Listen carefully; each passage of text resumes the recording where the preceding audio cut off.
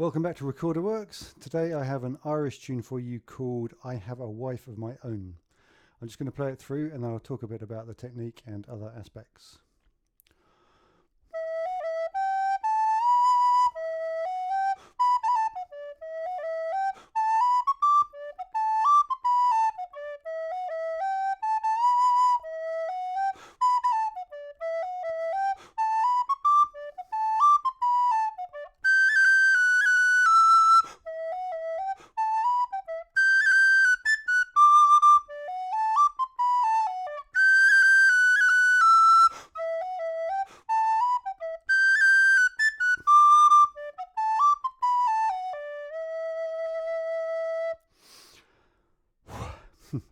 A bit out of breath.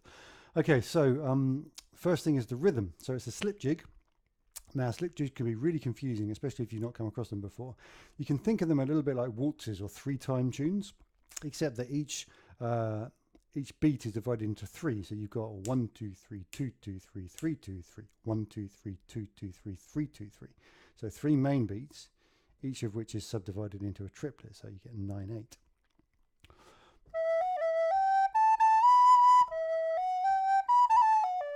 And if you're not used to them, the ear often wants to hear 4 of those groups of 3 and it gets confused about where you are on the tune. So that's the first thing, getting used to the actual 9/8 time signature.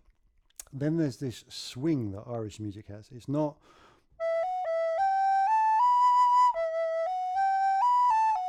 it's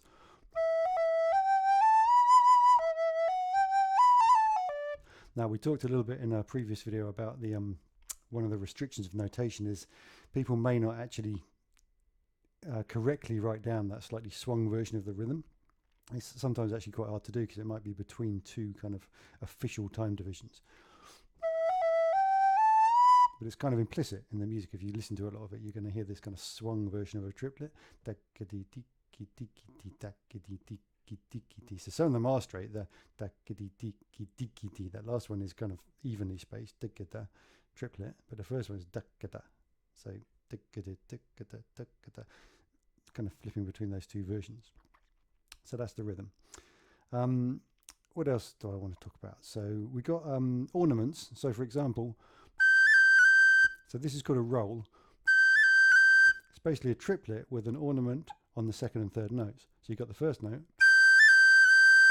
and then the second two G's are separated from each other using one note above and one note below. And you can kind of, when you're first learning it, you can think of them as being evenly spaced. So, and then sometimes it gets kind of turned into what's called a roll, which is, it's just got a slightly different rhythm.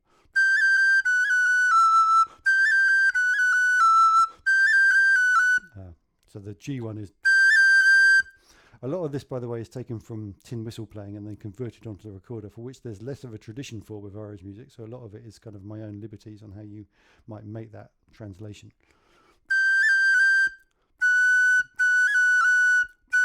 So for this F sharp ornament, I'm using this finger. Okay, so often on the tin whistle, your grace notes are by no means the correct fingering for the note you're gracing with. They're not necessarily in tune, but they're so short it doesn't matter. It's more a percussive effect.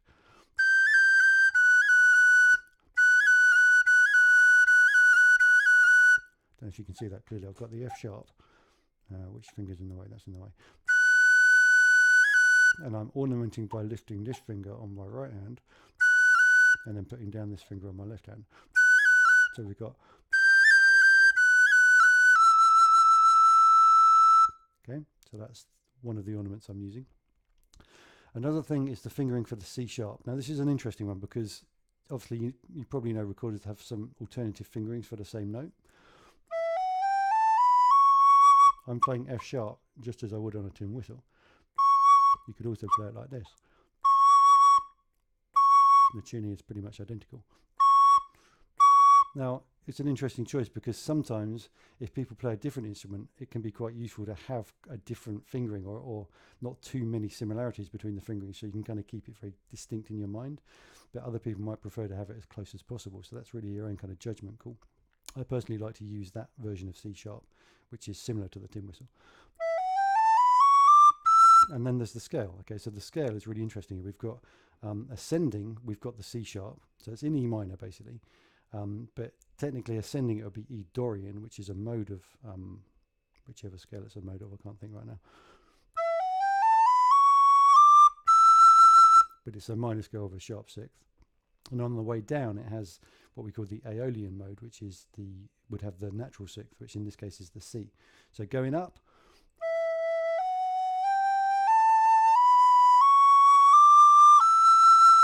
coming down,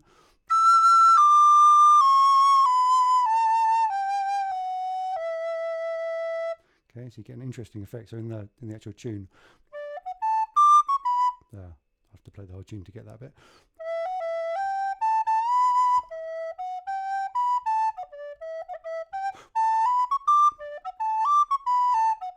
You see, you've got both of those C's that play in there.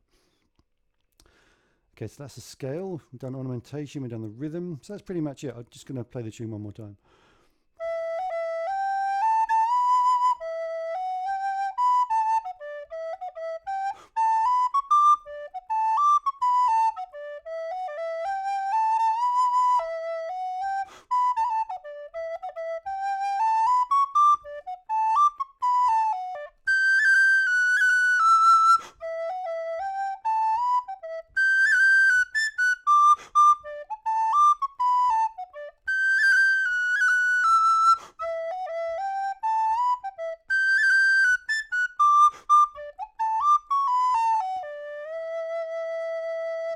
One more thing, breathing in Irish music, it's absolutely normal and considered absolutely fine to just drop out a note if you need to take a breath. So if you've got a 3-note phrase like a triplet, okay, so that would be without the rolls, you might end up going, so you've got a triplet and you're missing out the middle one to take a breath because you're running out of breath. You see what I'm doing there? It's a little bit hard to kind of take it out of context. Instead of or. So you got or. So you can take it out anywhere that's kind of musically not disruptive. Okay, so I think that's pretty much everything I want to say on that particular tune. I have a wife of my own. Lovely tune, slip jig from the Irish tradition played on the recorder. Thanks for watching. Hope you enjoyed the video. If so, please like it and subscribe if you want to be informed about future videos like this.